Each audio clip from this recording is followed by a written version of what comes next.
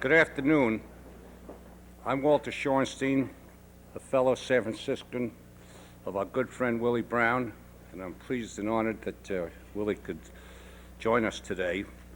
I'm a member of the visiting committee, the founder of the Joan Shorenstein Center, and on the Board of Overseers. So I have a very interesting interest in matters of Harvard. But Willie, I want to thank you for being with us here tonight, this afternoon. And I have the distinct honor and pleasure to introduce you. When our counsel informed me that this year's spring symposium at the Kennedy School of Government would focus on the pursuit of American spirit, politics, policy, and change, my thoughts quickly turned to Willie Brown as the individual most qualified to address this topic. For over 30 years, Willie has been on the forefront of change and innovation in public policy. His 15-year tenure as Speaker of the Assembly, besides being the longest in state history, has been characterized by his commitment to make government function effectively for all the members. San Francisco, California is a very difficult state with a population of over $30 million and its great diversity. We were very fortunate to have Willie the Speaker of the Assembly.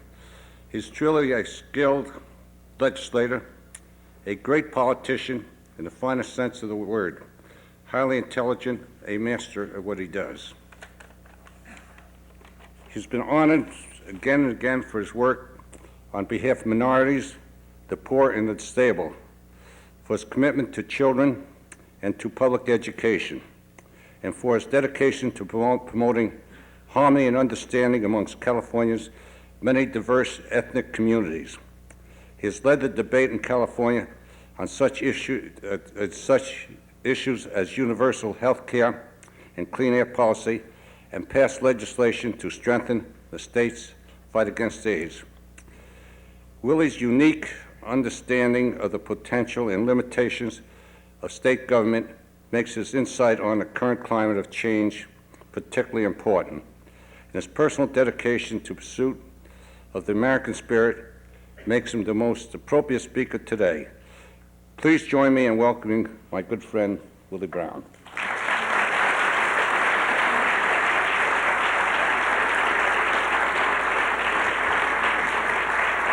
Thank you.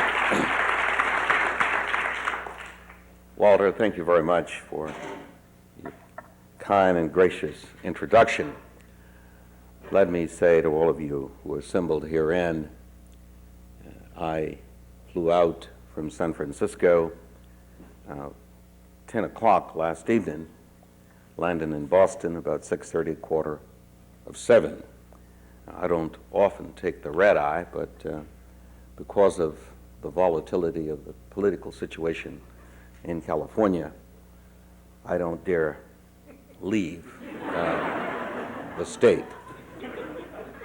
And until I was assured that most of the members of the legislature were safely ensconced in their own homes or some other place, I departed the state. And you must know that I will clearly be returning for a dinner this evening, which means that they will assume that I've spent the day doing the normal things you do on Saturday in California, and appreciate it if there was no press that I was in Boston.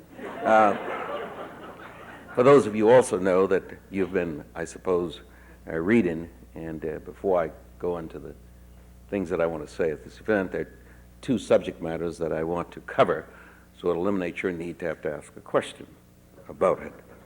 The first is, yes, I am still Speaker of the California State Assembly. It's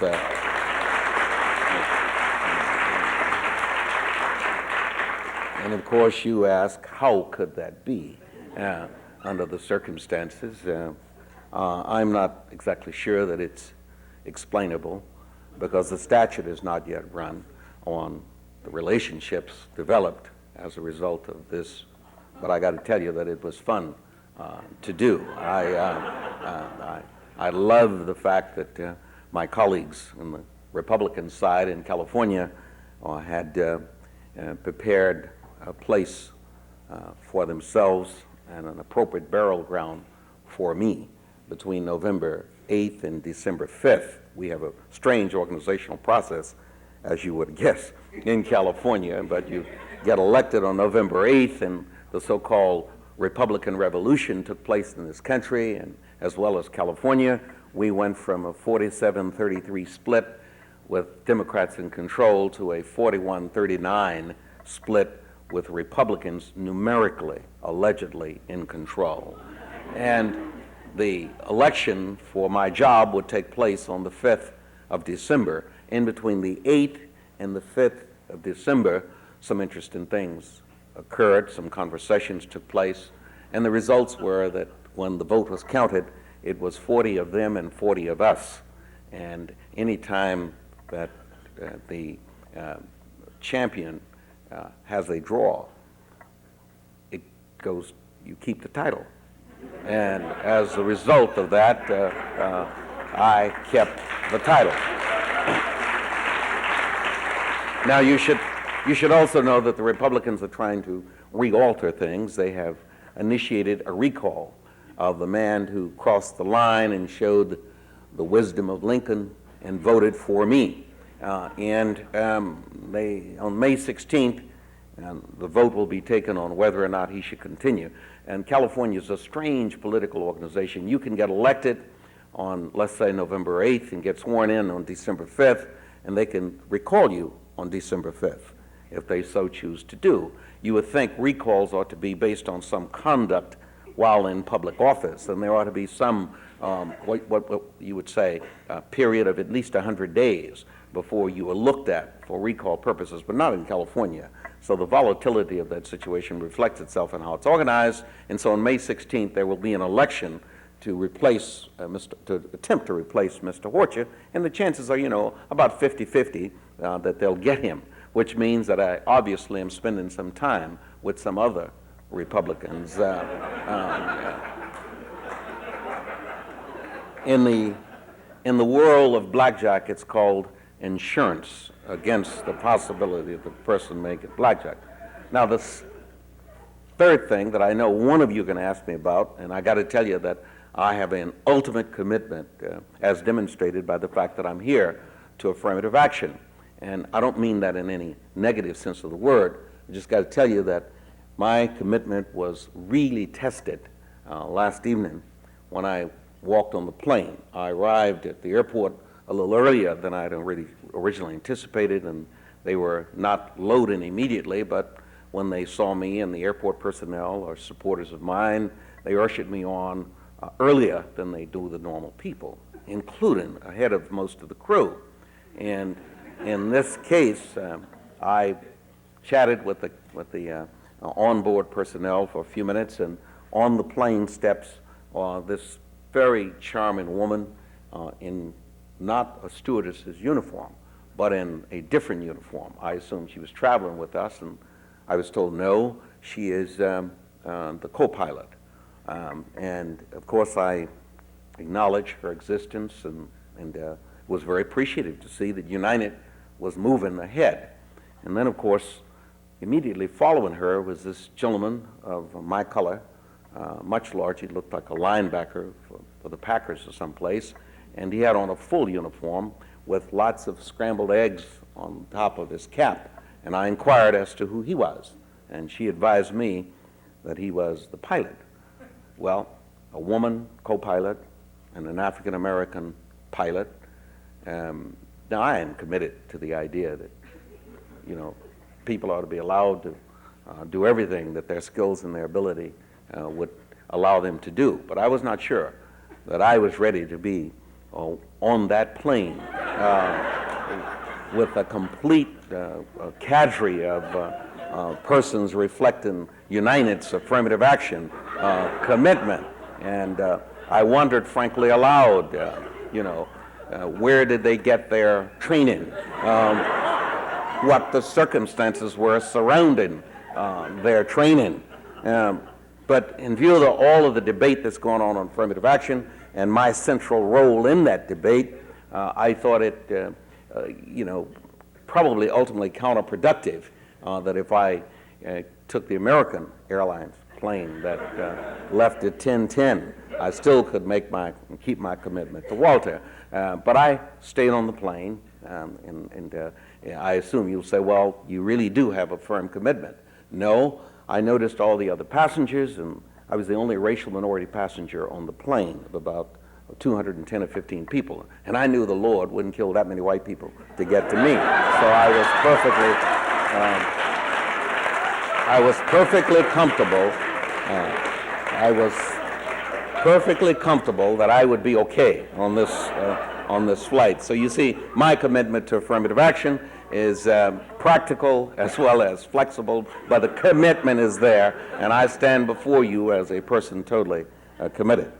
The gracious invitation extended to me by Mr. Shorenstein and the people connected with the Kennedy School, I eagerly accepted, and I started to think about how I would want to discuss at Harvard University the so-called People's Mandate that occurred in November of 1994 with reference to the political scene and what implications it would have on the world of public policy making. And as a practicing politician at the state level, I thought maybe I'd have something to say. And as I began several weeks ago to really think about it in some detail, what would I say when I would come to you at Harvard? How would I address the issue? How would I explain the change in the political landscape of California and what kind of implications it should have for public education, transportation? What kind of implications would it have for the environment? And how would that translate into a leadership that California often affords the rest of the nation, and maybe then even provide some leadership for the rest of the world, at least on some issues? And then, of course, I was knocked off track on about April 19th when the report came over the air in the early morning as I'm shaving that something unusual had occurred in Oklahoma, that there had been a bombing attack in Oklahoma. Now, I'm not unlike the rest of you here in America.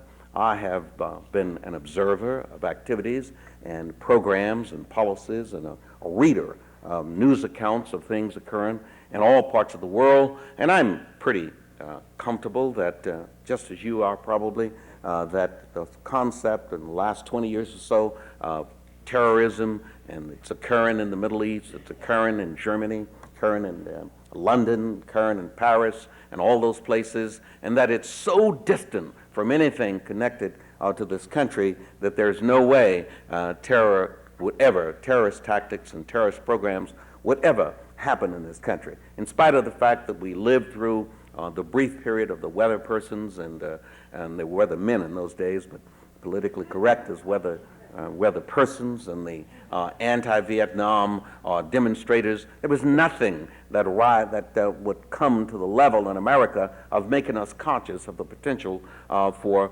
terrorism to be practiced upon our institutions and our resources in this nation. And then, of course, you reflect upon what occurred at the World Trade Center.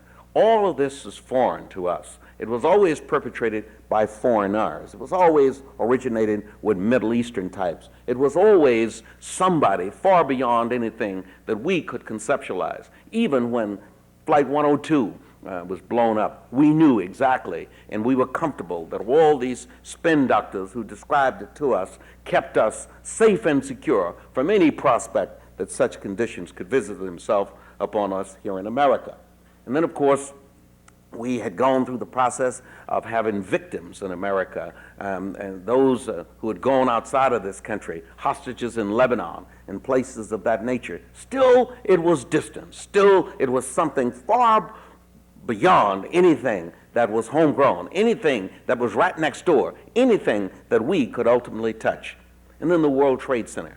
And lo and behold, we became just a little bit conscious of the fact and the possibility that it could happen here. But again, it was perpetrated by some religious fanatics, by people with some strange kind of commitment, by people who really found redemption in death and the destruction that they could wrought. And again, it was a coastal city. And everybody knows that big cities are dangerous places to live. Those of us from the heartland were relatively comfortable that this was perpetrated by some people who never should have been permitted to come into this country. And if we'd kept our policies clear and not permit those kinds of people to enter this country, we wouldn't have had the World Trade Center problem. And then lo and behold, the report said something had occurred in Oklahoma of comparable size, of comparable proportion, and the destruction, although not at that moment fully measured, clearly created a problem for our innocence, and certainly mine, on this particular issue. We were quick. We were quick. CNN was faster than it's ever been. It announced that, in fact, the terrorists in this case were Middle Easterners, that there had been some Middle Easterners wandering around the streets of Oklahoma City in garb 3 or 4 days before, and that 1 or 2 of them was seen fleeing the scene shortly after the bombing, ignoring the fact that in all other cases the terrorists have never been seen fleeing the scenes. They're far more sophisticated in their techniques and employment of it, but nevertheless, CNN was quick to report that. And of course, the reaction was swift by law enforcement throughout America. We immediately began to look at the flight patterns and the people who were traveling, and anybody who had olive skin and dark hair and a funny last name that caught a plane out of Oklahoma anytime at or near the time of bombing was stopped. We apprehended somebody in London or some other place and returned them because they fit the profile. And then within a few hours, the FBI issued a report. An arrest warrant had been issued for 2 people. And there were 2 people, had tattoos. There were 2 people, one of whom had crew cuts and blonde hair. But the unique thing about them is that there were 2 white people. Suddenly we were concerned that all of a sudden we have some homegrown persons, people who look like us, people who act like us, people who supposedly think like us, doing an unspeakable act that no Americans would ever do. We couldn't equate, even when we had talked about what occurred in Japan with reference to the business of the gas, we couldn't equate how internally an American could do such thing to another American. Even when we said in the world of Japan, a nation that prided itself on its reduced crime rate and its lack of violence, we couldn't equate what occurred in Oklahoma as having been perpetrated by a true American. We couldn't believe that. We said, it's got to be a psychopath. It's got to be somebody who's just deranged. It's got to be somebody who did not do this out of politics. As a matter of fact, CNN had a poll done just before the incident, and Bill Clinton, whose polling activities go up and down like the stock market, happened to have been up on that particular day when they did that poll. Within a few hours after the bombing, and particularly after the FBI made their report, and Mr. Clinton began to raise the question that this may have had something to do with politics, right away CNN allegedly did another poll and showed that there had been an 8 to 10% drop in the previous day's high for Bill Clinton. And the analyst of conservative think tank graduate named William Snyder, who works for CNN, proceeded to analyze that new poll and suggest that anyone who imposed the concept of politics on the conduct and the activities surrounding those who were suspected of having done what they did in Oklahoma, that somehow you were demeaning the victims, somehow you were in fact doing something that should not be done, that this was not a political act. Well, I'd suggest to you as Americans, that's all part of the denial that we've been plagued with for so long. That's all part of that business of in fact operating in an illusion and in terms of the concept of what is or is not political. Every act of terrorism is in fact political. By its nature, it is political. And in this case, the Thomas McVeigh, the gentleman whom they hold in custody currently, who says, I'll only give you my name, rank, and serial number, he has been reported to have said that he is a prisoner of war, that he is in fact a political prisoner, that he is in fact carrying out some aspects of a new voluntary movement in this country, the fastest growing voluntary movement in this country, something called the militia. And that voluntary movement has some commonality, regardless of the region or the place in which it might be cited. It has some commonality. It says, in effect, that the federal government is, in fact, the enemy. When you see the face of the gentleman who, in fact, did the bombing, you know that that's the face of an American, and we suddenly discover that the enemy looks like us. Well, on the other hand, they believe that the enemy is the federal government, and they say that there's a conspiracy going on with the federal government. They say that the Branch Davidians is an example of that conspiracy and what occurred there. They say that the business of trapping Randy Weaver, the white supremacist who was armed with all those illegal weapons up in Idaho some time ago, and that shootout that occurred, that's all part of the process of demonstrating that the federal government is the enemy of the people, and that they are the ones, they are the patriots, they are the ones who in fact possess the right attitude and the right technique and the right understanding of what's really going on. These are really strange and unusual people. Why then is this environment there? Why then is that militia out there? Why then are Americans feeling the need to engage in those kinds of activities? Why then, and what gives them the comfort level? Is there a particular political party? Is there a particular group? Is there a particular collection of individuals? Is there an organization? I'd suggest to you that a combination of all those things could be the answer, or a combination of none could be the answer. But clearly, it requires some serious discourse by us. There cannot be the denials that the Rush Limbaugh and others are currently engaging in. They are suddenly committed to the idea of civil liberties. They absolutely believe in all aspects of those things that the ACLU formerly offered to those on the left for protection. The ones on the right are now seeking some comfort level. They don't want to discuss the reality of whether or not an environment has been created, the anger and the frustrations that many people feel in this country, particularly the white angry male. That question of whether or not there's been any feeding of that. When people like G. Gordon Liddy does and says what he says and gives directions on where you are to fire upon DEA agents and FBI agents in order to make sure you do a kill, or the Chuck Bakers who advocate what they advocate with reference to the assassination of President Clinton, and those persons who participate in that dialogue. And in my own city, a radio station called KSFO, Cap Cities, I think. It's owned by Cap Cities and ABC. And they have a couple of guys who suggest, during the course of the 187 debate in California on the illegal immigrant question, they said what you ought to do is if you see an illegal immigrant, you ought to shoot them. Those kinds of people poisoning the dialogue and eliminating the potential for real discourse. Certainly, all of us jump very quickly when people on the left who engage in the same activities, the Nation of Islam, Qahid Muhammad, who did what he did and said what he said with reference to certain people in this country and certain other Americans. We were quick to engage in the denunciation of those individuals. As a matter of fact, on the floor of Congress, we so denounced. The same thing has not occurred with reference to the militia in this country and that group of people. And there are more than 100,000 of those individuals. Obviously, no one has a true accurate account of who they are, where they are, and what they are, how many there are, but you know that they're out there. They're connected in one fashion or another, and they communicate very well. They're even on the internet. You can get a whole kit from one group of them. If you tap through the information age in the internet, you can get all the directions and all the assistance you need. There's a couple of things that, in fact, are common among them, regardless of the region, regardless of the place. They genuinely believe, as I said, that the federal government is the enemy.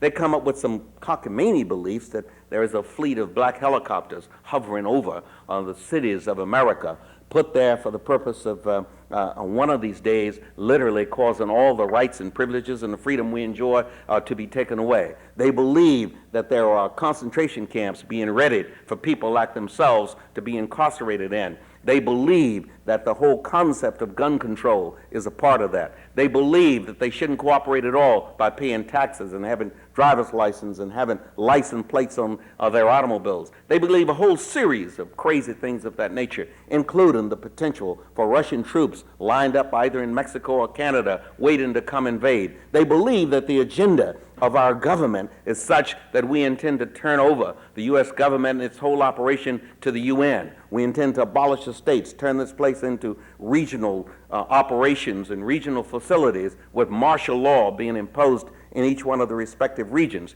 They believe that there is somehow a concentrated effort by Janet Reno and Bill Clinton and a collection of other people to respond to a group of human beings that they can't identify, but constantly going throughout the theme is an anti-Semitic kind of concept that deals with the issue in a way that makes it comfortable for them to so engage. And they have those utterances, they reinforce those utterances through their process. And then on occasions, their positions are legitimized. They're legitimized by the Rush Limbaugh of the world in some of the things that he says, not intentionally to legitimize them, but they find comfort in it. Even Newt, on occasions, who refer to his enemies on the political side as terrorists, are providing the opportunity, and traitors, are providing the opportunity for the militia types to reach a comfort level of doing what they do and saying what they say. And so the dialogue and the discourse is totally poisoned in every respect.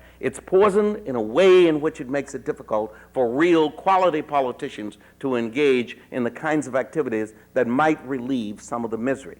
Clearly, there is some misery.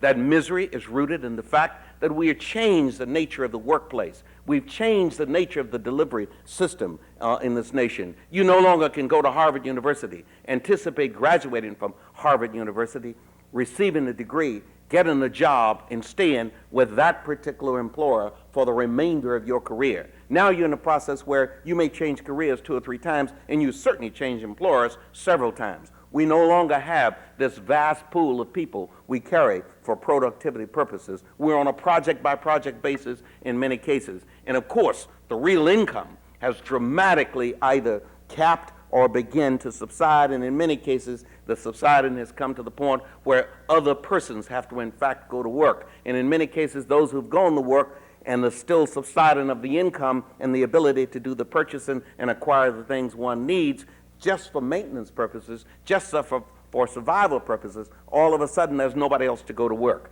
And the kids whom all of us have been making the sacrifice for, anticipating that they're going to do a little bit better than we did. There's no longer that optimism in existence. Yet, those of us who are the public policymakers do not have an opportunity to address the issue. There's so many of us who are engaging as elected officials in pursuit of immediate success, exploiting that anger, and exploiting that anger in a way that's not healthy, exploiting that anger in a way in which the system is continuously poisoned and the system is continually feeding upon itself in a way that allows the Oklahomas and the incidents of that nature to, in fact, occur. I would suggest to you that those persons on the malicious side who say they no longer want U.S. citizenship, who say a whole series of things that are clearly inconsistent with being what they say they are, and that's patriots, they have no clue what they really mean when they say the word patriot.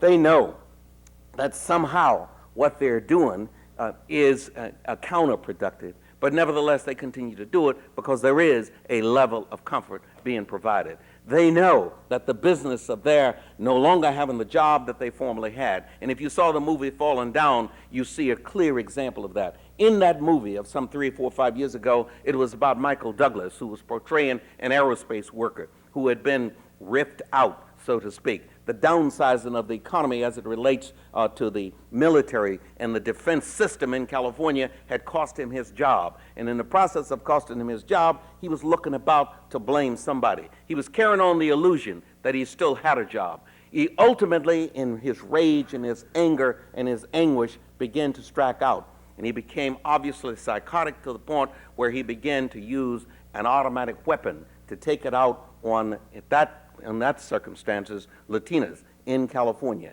began to just shoot them at random, people that he did not know. But in his frustrations, expressing himself in that fashion, that's essentially what he did. Now, I don't suggest to you that people who find themselves in the Michael Douglas positions, as many Americans, and particularly white male Americans are finding themselves, many do not, and most do not resort to that kind of conduct. But I would suggest to you that there are none of us who are engaging in the dialogue that addresses his or her issue. In the 1994 elections, much of what I've just described to you exhibited itself in the votes and the ballots that were cast. The contract on America, or the contract to America, or whatever the legitimate term happens to be, attempted in one fashion or another to exploit the issue. In my own state, my governor, through his process of his reelection, and through his championing of Prop 187, the illegal immigrant measure, and through his process of addressing the 3 strikes and the victims' problems, those were issues designed to respond supposedly and provide the appropriate relief. obviously not institutional, obviously not long range, obviously not in terms of being ultimately productive for this democracy, but certainly designed to afford a scapegoat and to offer up someone to sacrifice for immediate political success. That's essentially how we as politicians have handled this anguish. That's how we have handled the frustrations. That's how we have handled what has occurred over the last 10 or 15 years in terms of a change in the workplace and in terms of a change in the delivery system. And I would suggest to you that if somehow we don't alter that process, if somehow we don't step to the plate, understand from Oklahoma, begin to discuss Oklahoma within the framework and the context that I've just described, then the pain of Oklahoma will be lost. The pain will be responded to by a new kind of wage issue. And in California, we are the leaders of those kinds of issues. The issue of affirmative action and whether or not affirmative action ought to be abolished. I did a debate with the two professors, two PhDs. I have no clue yet where they got their PhDs. They're two white guys, though, and I know, based on my dialogue with them now over a 2.5-hour period in a debate, those two PhDs must have been granted under some form of what they are complaining about, because there clearly was not a demonstration of the disciplined, logical thought process with evidence to sustain and support the contention that they were making. Well, in the world of politics, that's often what we politicians regularly do. We live on the ability to exploit. And in 1994, that graphically demonstrated itself. When you talk about this so-called mandate, when you talk about this so-called revolution that allegedly occurred by virtue of what happened in Washington, what happened in California, what happened in many of the state governors and governorships, said it was a major revolution that took place. Well, I want to challenge that so-called major revolution. Yes, there was a change in some of the political fortunes of the respective political parties, but I don't maintain one election necessarily a revolution makes. I would suggest to you that only 39% of those persons who were old enough and could have registered actually participated in the 1994 elections. In that process, then, 22% of the people, 22% of the people in this nation at that level made the determination that Newt should be Speaker, made the determination that fellow in New York should be the governor, that made the determination that Bush in Texas should be the governor, made the determination that my governor should be returned to office, made the determination that a whole series of people who demonstrate almost no talent currently hold public office at every single solitary level. And let me tell you, I would think that if, in fact, there had been a greater turnout, the results could have very easily altered themselves. Why was there not a greater turnout? The poisoned level of dialogue and the nature of the dialogue, I think, mitigates against the potential for such a turnout. In my own state, between 1992 and 1994, there was a 2 million difference in the number of people who showed up at the polls. In 1992, 75% of the voters of California showed up to cast their ballots. In 1994, 60%. 60%. That's a 15% drop that translates into 2 million voters in California.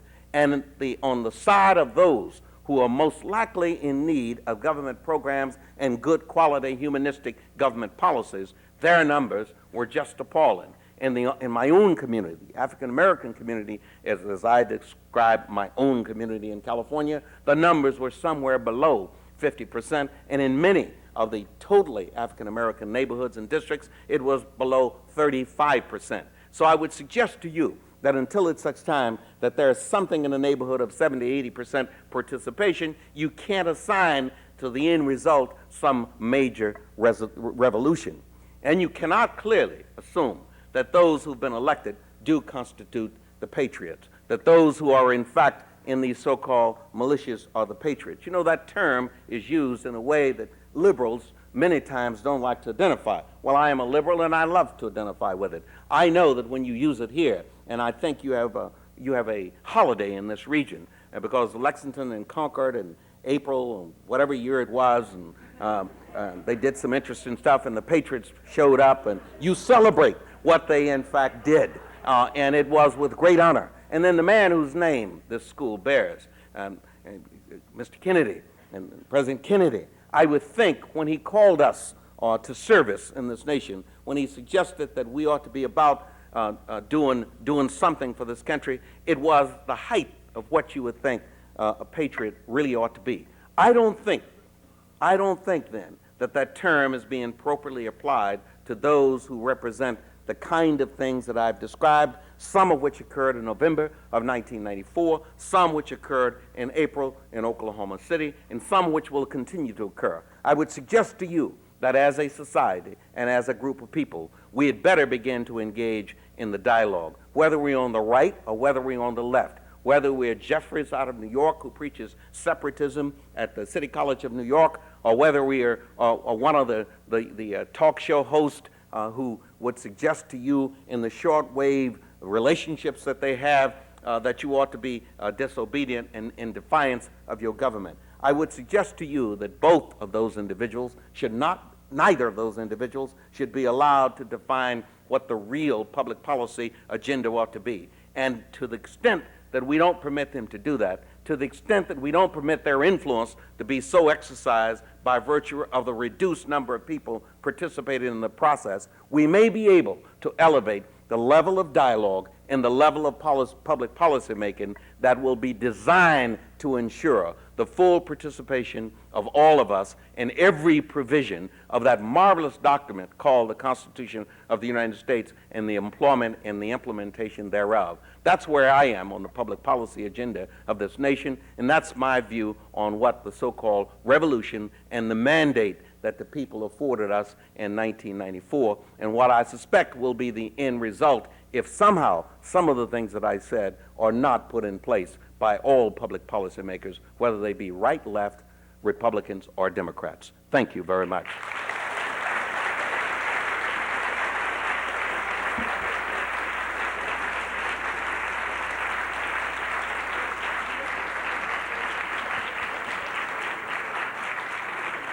Thank you, Willie.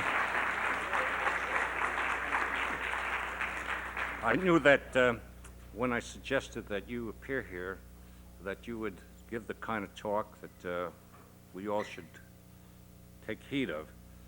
But at this particular time, we'd entertain any questions for Speaker Brown. I'll start. Others should line up at the microphones. I'd really like to continue a conversation we started, but the others didn't get a chance to hear. The governor of your state is running for president first for the Republican nomination. The governor of our state has agreed to be his finance chairman. What do you think of all this? Well, the governor of my state, the Honorable Pete Wilson, is a candidate for the presidency. He has not yet announced, but he is truly a candidate for the presidency. He decided to become a candidate, I think, when Jack Kemp dropped out, when Dan Quayle dropped out, and when a number of other Republicans dropped out, and when what appears to be a certified second team showed up to seek the office, Phil Graham and Lamar Alexander and people of that ilk. And my governor, being from the largest state in the Union, being from the state that has most of the electoral votes, more electoral votes than any other place, and being from a state in which we have contributed to the national ticket almost every time now in the last 25 years, there's been a Californian, one place or another. It's only been maybe one or two times we've missed. And with his awesome ability to raise money and with his newfound vote attractiveness as he perceives it, it was no question in my mind, I knew it before he knew it, that he was going to run for the presidency. He's also termed out in terms of being to leave in 1998 and find some other job. He is a man with great talent. He is, I think, very intelligent, swift in terms of his thinking ability, slow in terms of his delivery system, but swift in terms of his thinking ability. And I think he has a good chance. I believe that if he can figure out how to do what he's done in California, and that's make the right believe that they can't have one of their own, and that he's willing to be flexible enough to allow them to influence him to the extent that they need someone in a holding pattern until Buchanan or somebody of that nature becomes more respectable. I think he's positioning himself for that purpose. Ultimately, I think that he will not make the nomination for the presidency. I think he has a good shot of being the nominee for the vice presidency. You've got to know that he has absolutely no clue what we have in store for him while he's out campaigning all over the rest of the nation. In our state, the lieutenant governor assumes the power of the governor when the governor crosses the state line. The lieutenant governor in this case is of a different political party. He's Gray Davis, formerly the chief of staff of Governor Brown's office and formerly a member of the California State Assembly. I have given him an agenda to follow. The governor makes cabinet appointments. The governor makes a whole host of appointments that people serve at his pleasure. I have suggested to Gray that the day the governor leaves the state, he should terminate all of those persons. Now, I say it will appear to be an irresponsible act, but you'd be surprised. Bill Clinton might put you on the Supreme Court as a result of that irresponsible act. And so my governor will make a good pitch nationwide. My governor will be an attractive alternative to Phil Gramm. I think probably most people would be an attractive alternative to Phil Gramm. But he certainly will be an attractive alternative to Phil Gramm. And I think he'll be a very good complementary candidate with Bob Dole on the Republican side if they are wise enough to so designate those two persons. And if they are so designated, we Democrats will have our hands full unless we can get Ross to come back in. Thank you. Hi, my name is Clayton Chan, and I grew up in the San Francisco Cuyahoga District, and I want to thank you for your representation of San Francisco and your leadership in California. Thank you. I'd like to ask you a couple questions. First question being is, we've seen a high level of intolerance now in the United States with the Oklahoma incident, and yet, with the November elections, people said that we're now an open society and affirmative action is being extremely challenged in the United States. What policies would you recommend that minority groups take? What tactics do you recommend that minority groups to maintain the strides that have been achieved? And that's question number one. And question two would be, in California, politics is getting extremely expensive, complicated. What would you recommend to a young individual who wants to enter politics in California to build a base? Pick out another state and run it. Let me, on your first question, the issue of affirmative action that you're reading about is not yet on the ballot in California. It is the work product of a professor at Cal State Hayward. I think he works in the field of anthropology, and a person who at one time was a professor but now is a $26,000 a year employee of one of the very right-wing conservative, it's kind of an oxymoron, think tank for a right-wing conservative thing. That kind of crosses itself out. Anyway, he is a $26,000 a year employee of one of those organizations where he gets money from people who are, maybe the militia types on the Christian right. And for several years, this collection of people, I got to tell you also that the last and most stable bastion of white exclusivity on the male side are the professors in California. We've not yet come close to approaching more than 2 or 3% of diversity within the tenured professorial branch in California. These two individuals, however, are firmly of the opinion that every single solitary racial minority that achieves professorial status, that every student who is a racial minority is occupying a seat, first, that they're incompetent, and that they're occupying a seat that should be occupied by a white person, and that they're holding the spot that they're in because somebody has said you must have women and you must have racial minorities in these spots. They don't allow for competence on the side of racial minorities at all. And they've been pretty much of this opinion for a long time in California. They've had no currency whatsoever. Even as late as last September, our governor, who is now championing their cause, reaffirmed his commitment to affirmative action as an appropriate tool to remedy discrimination based on sex or race or religion. As early as last fall, when he was running as Kathleen Brown, and it was okay to so do. However, because of the kinds of experiences that I described, demonstrated by the Fallen Down movie and some of the other things that have occurred in this country, the angry white male has become an entity, a defined entity.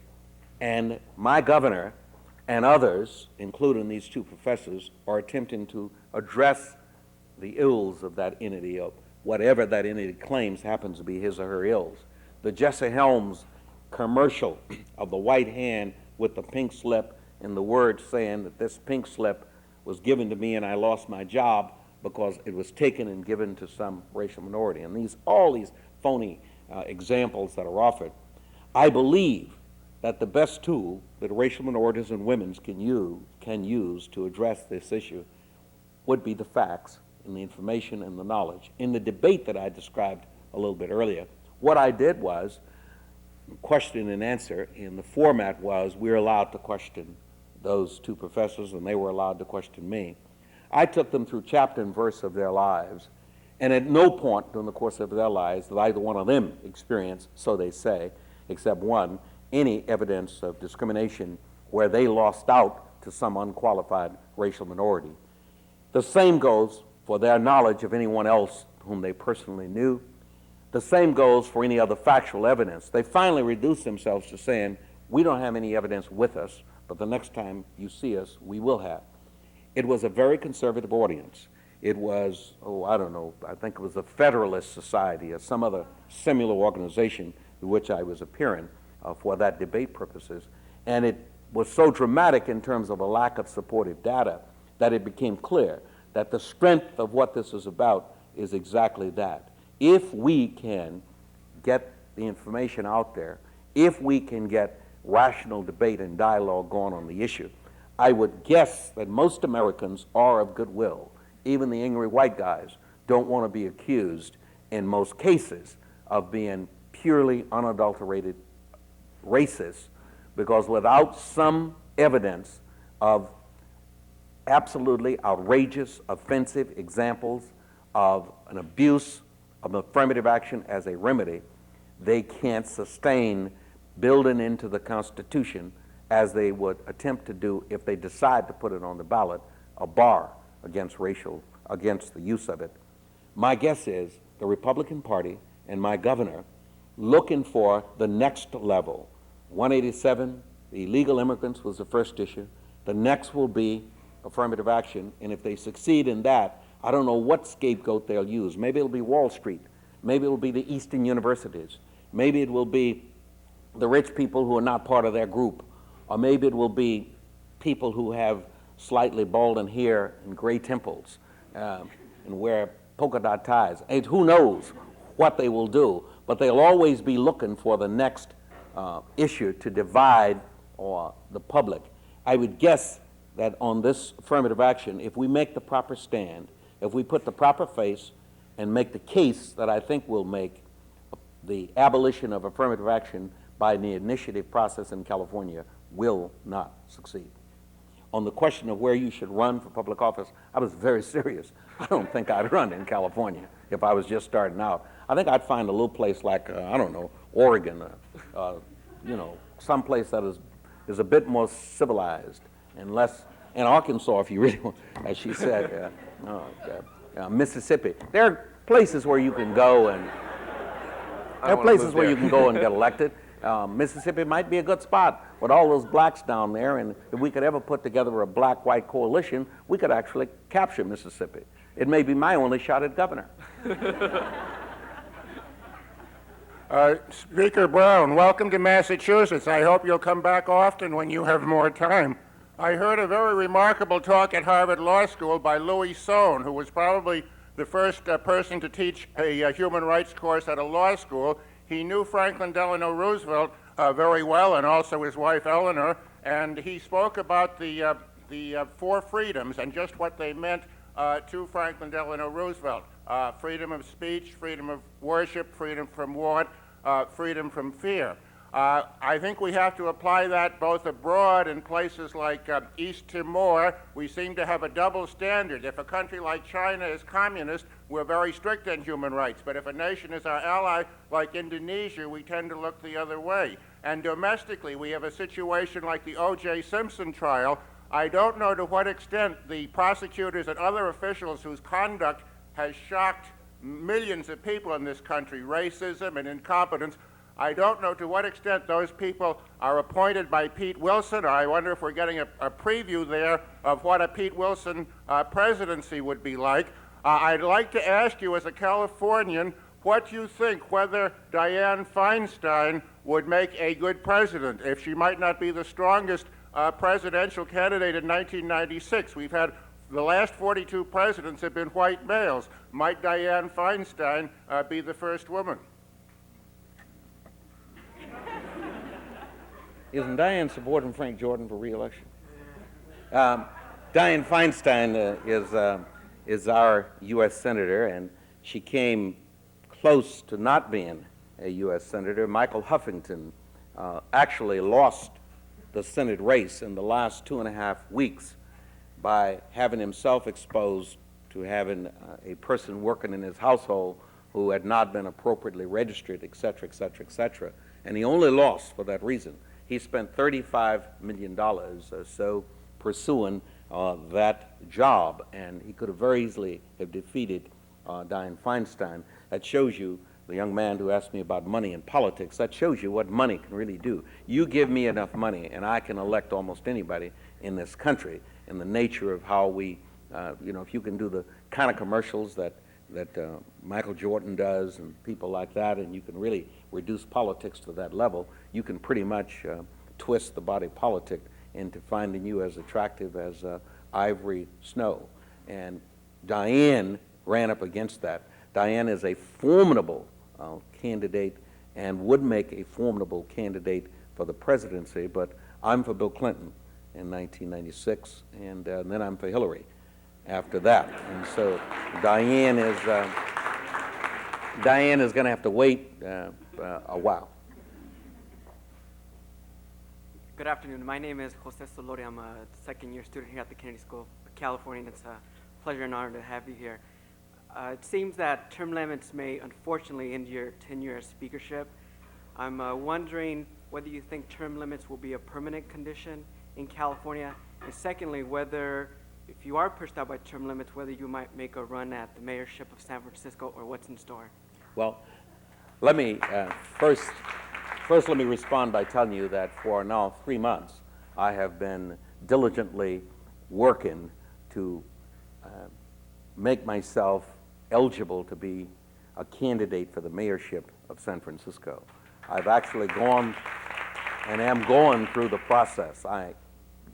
When I undertake a responsibility as awesome as that, I really want to be the best there is at it in that city. And so I have been talking to everybody who will talk to me at every single solitary level. I know a lot more about that city than I ever wanted to know about that city. As a matter of fact, some of what I learned makes me believe maybe no one should be, maybe they shouldn't have government in San Francisco. In some cases, it's just so bad. That jewel of a city, in many cases, is being desecrated by some aspects of people who claim they have the best interests of the city at heart.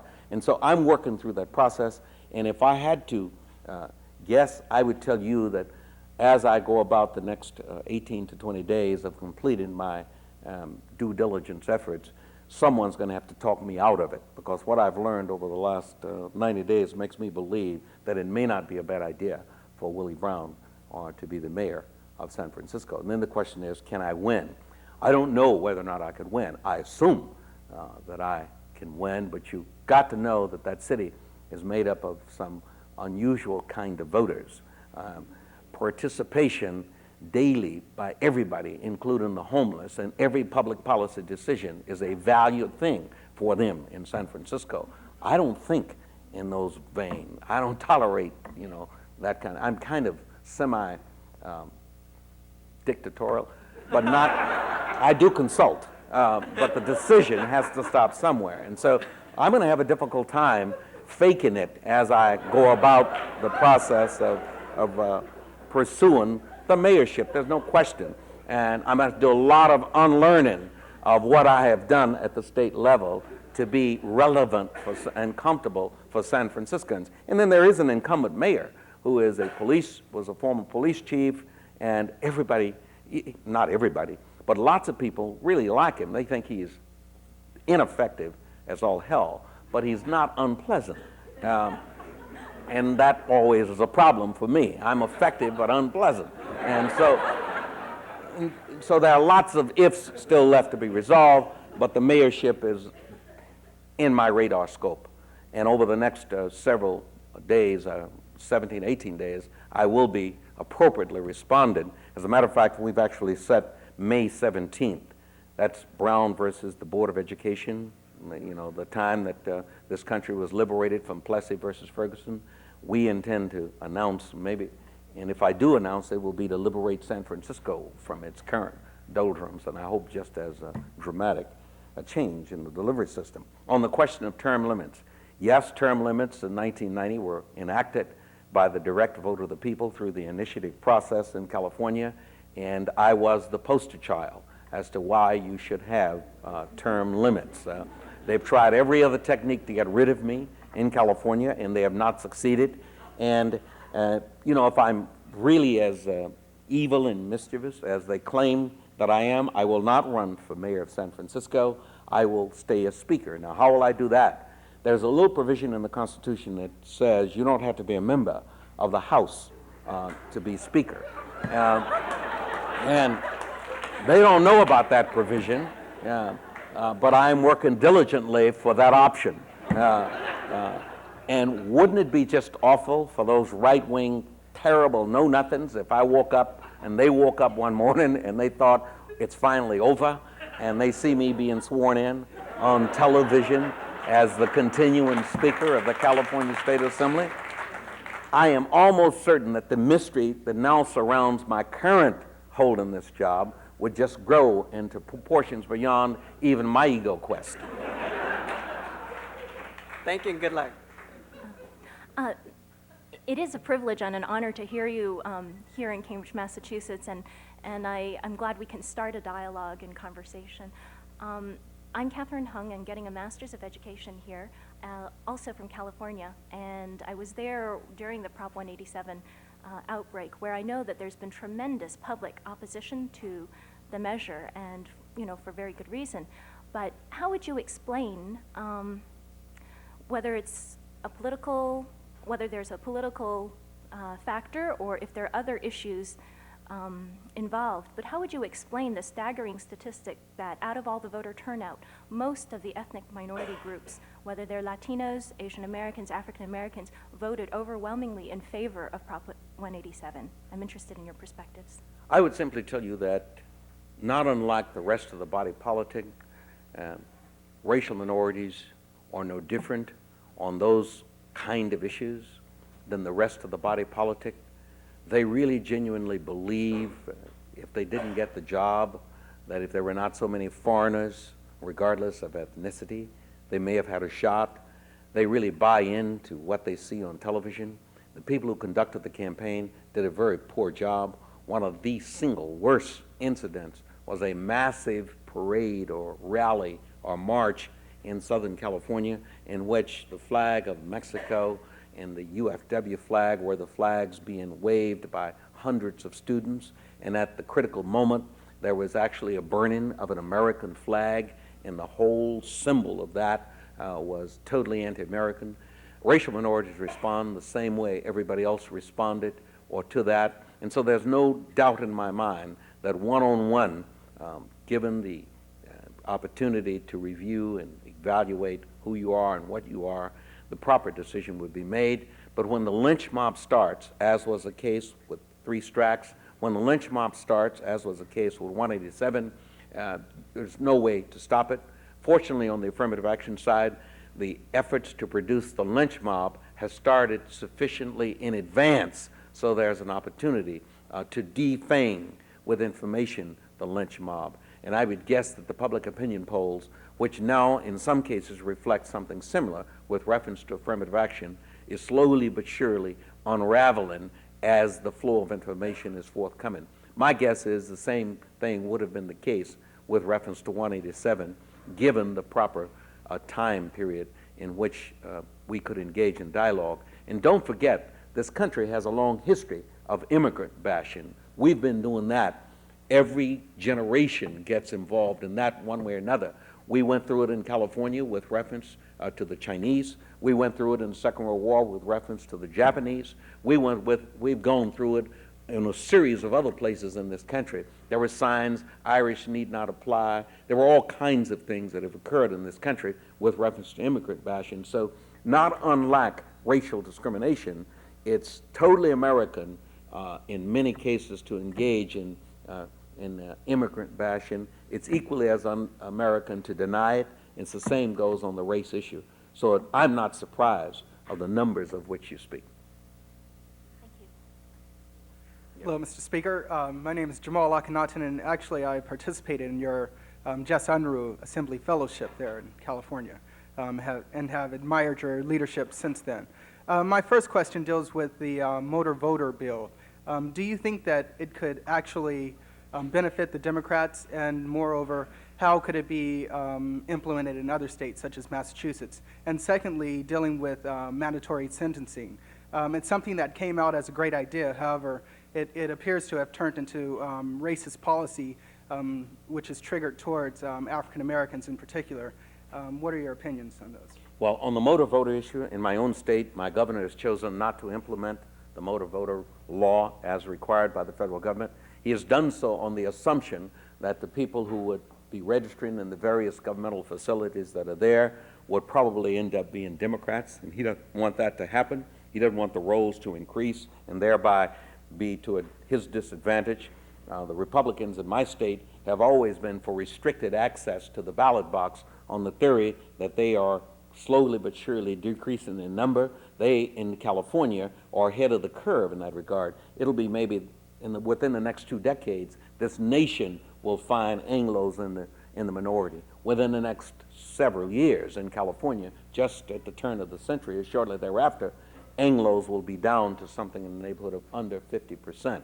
And so my governor, in anticipation of all that and wishing to maintain the preference position that Anglos enjoy now in terms of discharging power, et cetera, wishes desperately to keep the voter rolls as currently as they are, as is humanly possible, and therefore he is not implementing the motor voter law. On the other hand, in other parts of this country where the motor voter law is being implemented, particularly in the South, more Republicans are going on the ballot than any other collection of people. So it's kind of by region in terms of the predictability as to who will benefit from the increased number of persons. I would suspect that all states like Massachusetts and New York and California, there will be a benefit on the Democratic side of the aisle simply because of the ethnic diversity that exists within those states and the high incidence of persons not registered and find it inconvenience through the current process to so engage in the registration activity. And that, in many cases, is why the executives in those respective states are so reluctant to allow it to occur, not unlike my own state of California. On the question of mandatory sentences, it was a mistake, and it's still a mistake for us in this country to have mandatory sentences. Forget the ultimate racial implications, but the disproportionate use of public resources to house persons who have committed crimes in this country and the amount of punishment that goes with it with reference to nonviolent offenders will cost us ultimately education programs and the funding of health programs and other kinds of things. In my own state, we spend more per capita on prisoners than we do on higher education. And that is only going to get worse because we are the lead in 3 strikes place. You can have 3 crimes, neither of which merit anything other than maybe a 3 or 4 year sentence. You can end up doing 25 to life, and it costs us about $25,000 to $30,000 per healthy prisoner. We are now envisioning the most appropriate place for quality health care in California for people 50 and over is in the state prison system. It's a better housing situation, it's a better everything, and everybody knows you're defanged for crime purposes by the time you're 50. Yet we have a growing population of oldsters in that category, and it's all the result of mandatory sentence. On the other hand, there are clearly stats that are beginning to show that in terms of the mandatory sentences, because of the nature of the charging activities that go on, etc., and the lack of discretion extended to racial minorities, they are in fact coming up on the blip in greater numbers than other persons. I assume that can be addressed internally as well as externally. I am unawfully opposed to mandatory sentences. I think judges ought to be given the responsibility to appropriately mete out the punishment within the appropriate ranges for the crime that has been committed.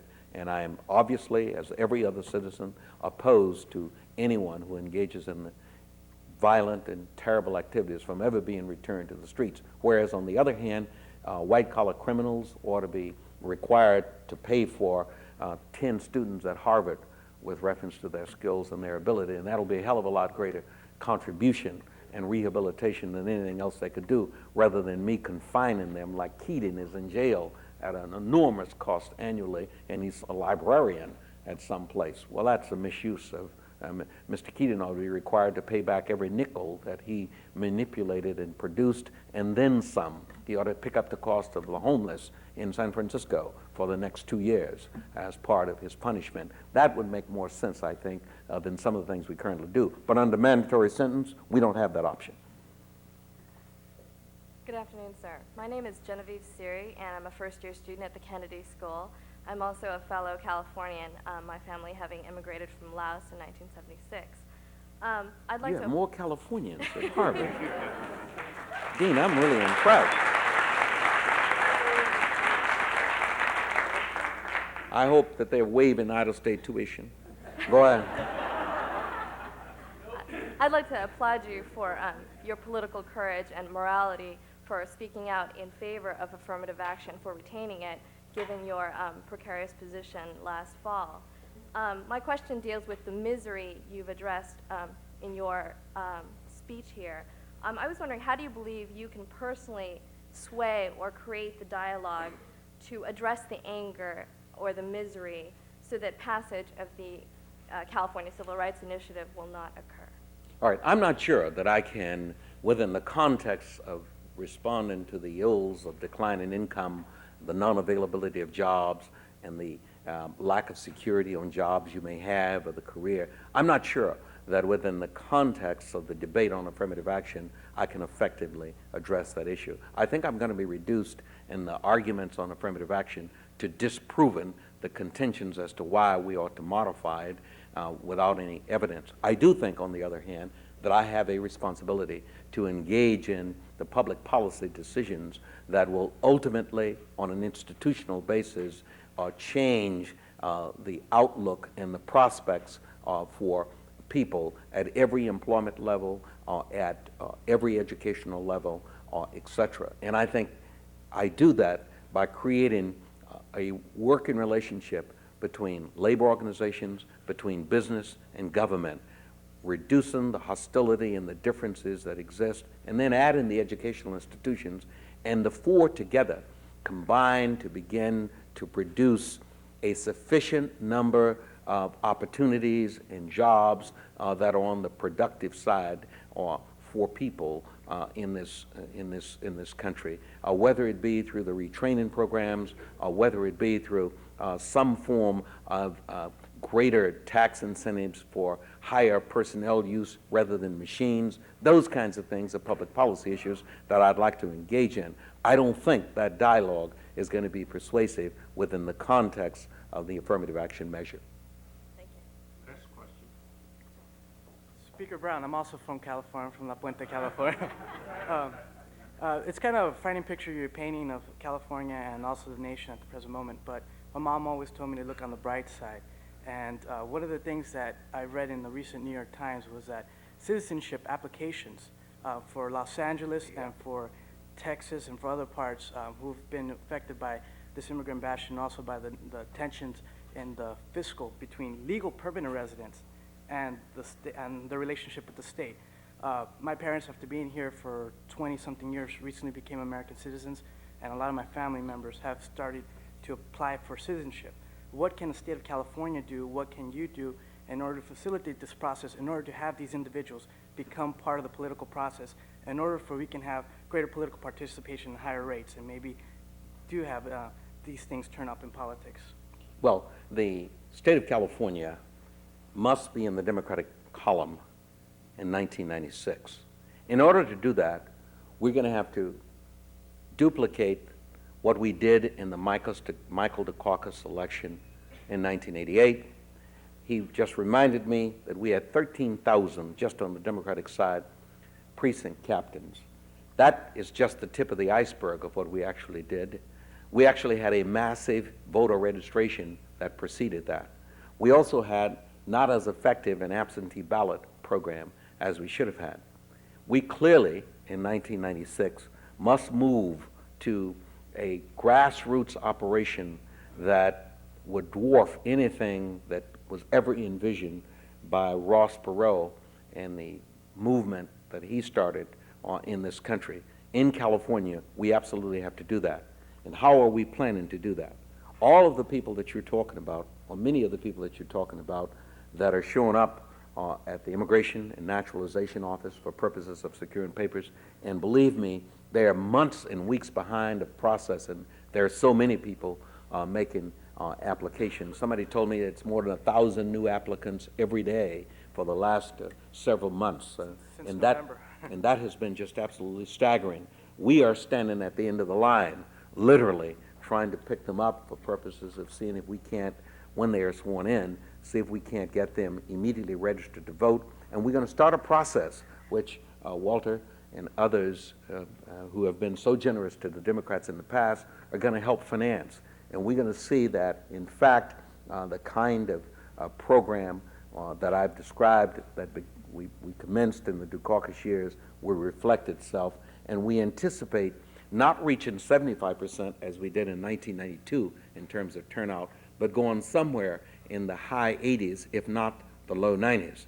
My own candidacy for the mayorship of San Francisco, I think, will be pivotal in that regard. I think there will be more African Americans participating in the electoral process in San Francisco than ever before in the history of that town, including when Jesse Jackson was on the ballot.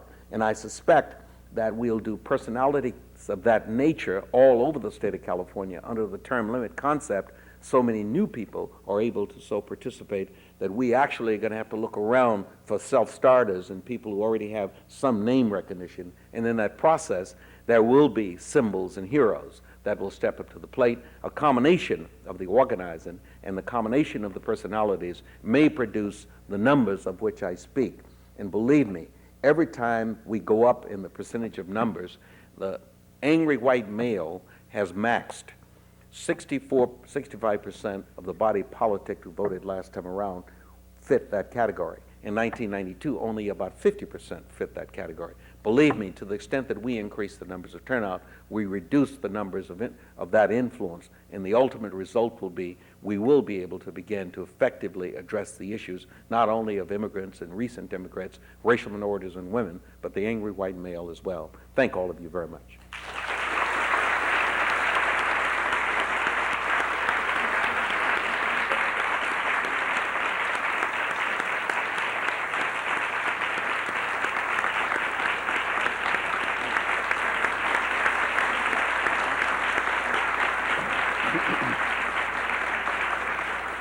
Thank you, Willie. You had a great message, and it's something that we'll all benefit from. Delighted that you were able to be with us. Now, Speaker Brown, thank you so much. Walter, thank you for having helped make the arrangements. Dean Carnisow. This has been a terrific spring symposium in pursuit of the American spirit. We've heard a wide diversity of opinions. We've heard from a brilliant group of participants in the various symposia. As chair of the Dean's Council and one of the hosts for this occasion, I want to thank you for your participation. I want to thank the Kennedy School for always producing exciting intellectual dialogue. And thank you all for coming here. And as you leave, and when you're away, don't forget the Kennedy School. Thanks a lot.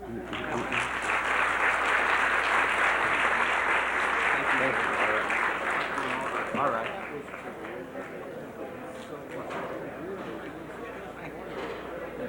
Of course, it's all the California students who want to answer the question. That's right. I got that. I got that. I'm Cecil Hale from San Francisco. I'm All a right. tenured professor there. All right.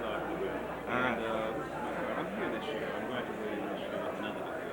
I'm going to write a letter to you. Talk about your mayoral campaign in the city. All right. Have you talked to Willie lately? No, not for about a month and a half. Well, it's seems to be getting better. Yeah. Yeah, she was. You know, another fellow took over the presidency. I didn't know. A guy named Pritchard out in All right. All right. Yeah. Hey, how are you?